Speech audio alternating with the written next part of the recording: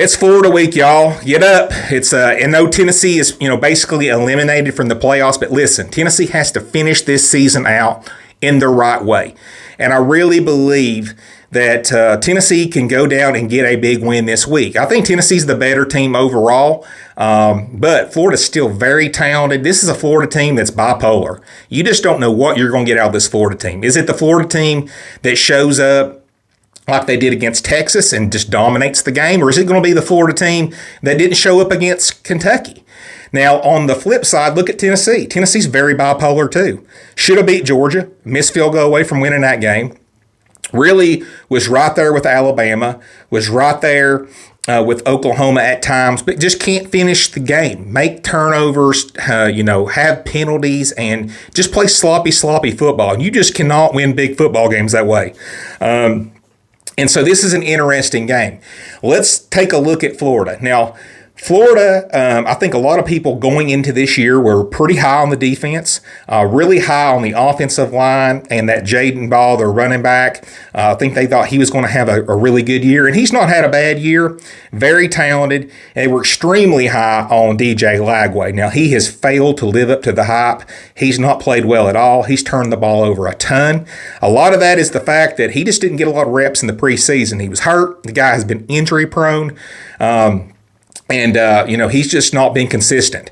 But when this Florida team wants to show up and they want to play well, they're a hard out. I mean, let's look back at this season. This is a team that's played the second hardest schedule in the country. They played a much tougher schedule than Tennessee has so far. Tennessee's played the 28th hardest schedule so far this season, and Florida's played the second. Florida was right there in the fourth quarter with Ole Miss, right there in the fourth quarter with Miami, right there in the fourth quarter with Georgia. These are games they could have easily won that they did not finish the game out. Should have beat South Florida. They blew that game. So this is a very talented team when they show up. Very, very talented. DJ Lagway's still very talented, but, he keeps making mistakes. This is an offense for Florida, I think, that can move the ball against our defense for sure. Our defense is like 80th something in the country in total defense. Pass defense is like in the 120s. Everybody has been able to move the ball against this Tennessee defense. Everybody, especially through the air. You look at UAB. You look at New Mexico State at times. These are bad football teams that move the football. On our defense, and I have no faith in this defense. The only thing that gives me comfort in this defense is the fact that we are pretty darn good at getting to the quarterback, getting pressure, and the fact that we've created a lot of turnovers. We've scored off a lot of turnovers. And I will say DJ Lagway is very prone to throwing the ball to the other team. And I'm hoping that we have that same success against DJ Lagway in this game.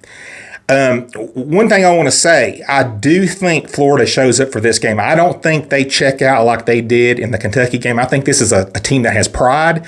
I think it's already been reported. I think one of their defensive players said he's going to take this game personal.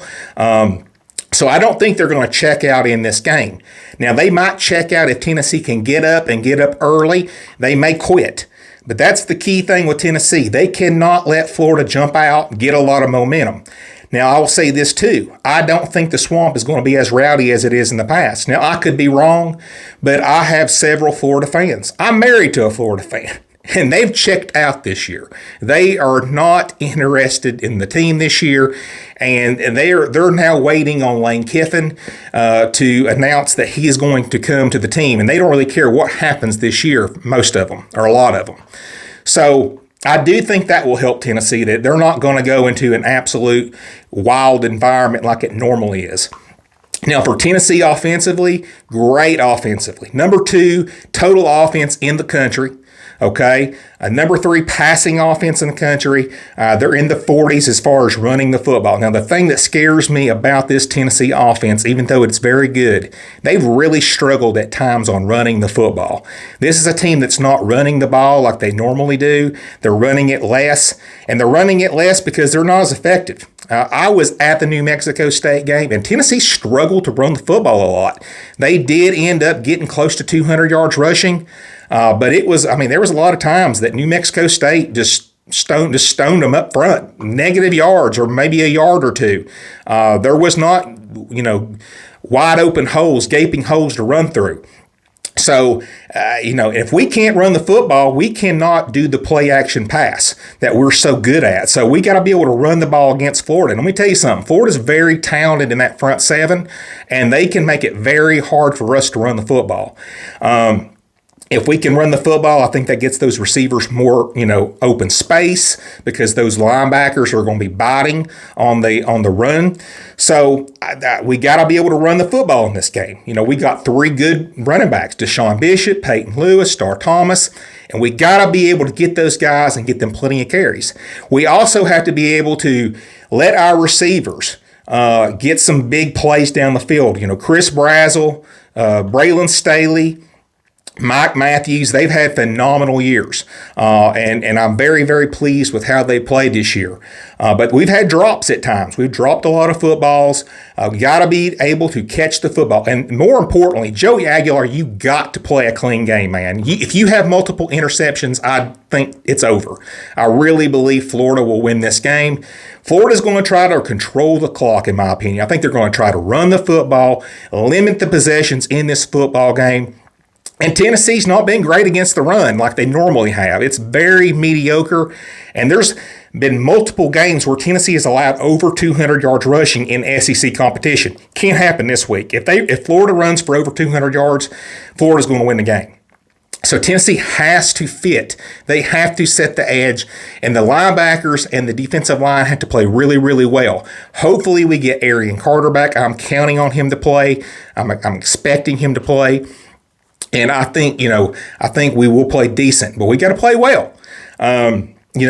Secondary's got to be better. I will say Tennessee's got the worst secondary in the country. A lot of this is injury issues. Gibson and McCoy being out. We lost our safety to Miami in the offseason, and the secondary's just been a mess.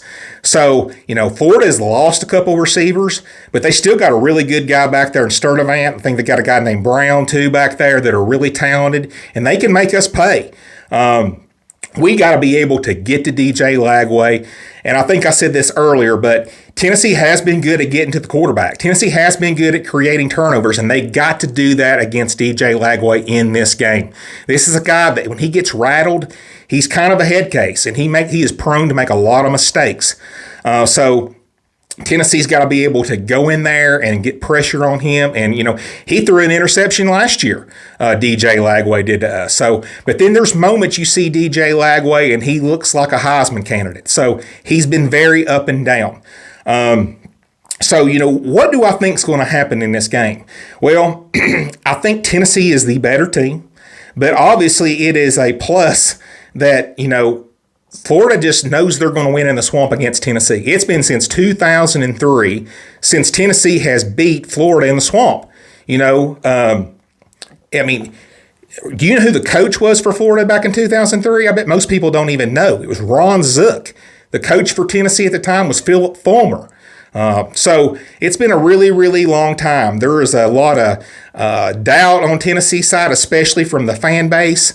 But, Tennessee, I think the advantage that they have in this game is we have a coach, right? We have a coach who I think is dead set on us winning this game. I think he's going to have a good game plan in place. Florida does not even have a head coach. They fired their coach several games ago, and most Florida fans have checked out. I don't think the place is going to be as rowdy as it normally is. I do think Florida shows up. I do think they play hard. But I do think just having Heupel on the sideline, having a team that's all in together, and I think they rally honestly around the fact that Boo Carter's gone. I think that's going to help because he's been nothing but a cancer all year. I think that's something that kind of propels us forward this week. And I think somehow, some way, Tennessee gets it done in the swamp. It's going to be really close.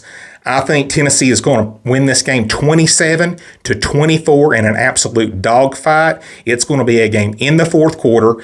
And I just think one of our guys on offense makes a big play. I think Joey Aguilar makes a play, whether it's a throw to Chris Brazzell, Deshaun Bishop breaks a big run.